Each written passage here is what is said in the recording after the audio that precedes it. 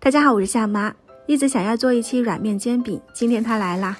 压出来的饼又大又松软，特别好吃。先来做软面，1000克普通面粉，10克酵母，5克泡打粉，20克白糖，30毫升食用油，800毫升清水。这个含水量比较高，不用用手去揉，直接用铲子给它搅匀，直到没有干粉的状态，特别的软。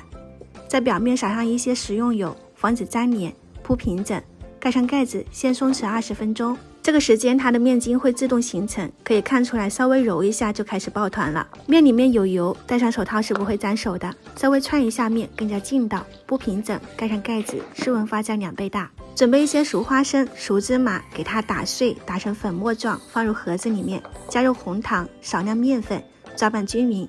我今天做的是红糖馅，大家也可以做成肉馅、素菜馅都可以的。发酵好以后，体积像这样子2倍大，特别柔软。含水量高的面团做出来的馅饼或者是包子都特别的好吃，面的手感特别的好，而且特别的解压。揪出一小块，我们给它摊开，其实你戴上手套抹一点油都不会粘手的。包入我们的红糖馅，双手一捏就可以啦，跟完似的。放入提前预热好的油锅里面，可以稍微多一点的油，煎一下，然后给它压成饼状。反面也可以压的，美食博主家的工具真的是什么都有。本来是之前做手抓饼用它的，今天派上用场了。压成饼状，两面煎黄，中间鼓起来就代表熟透啦。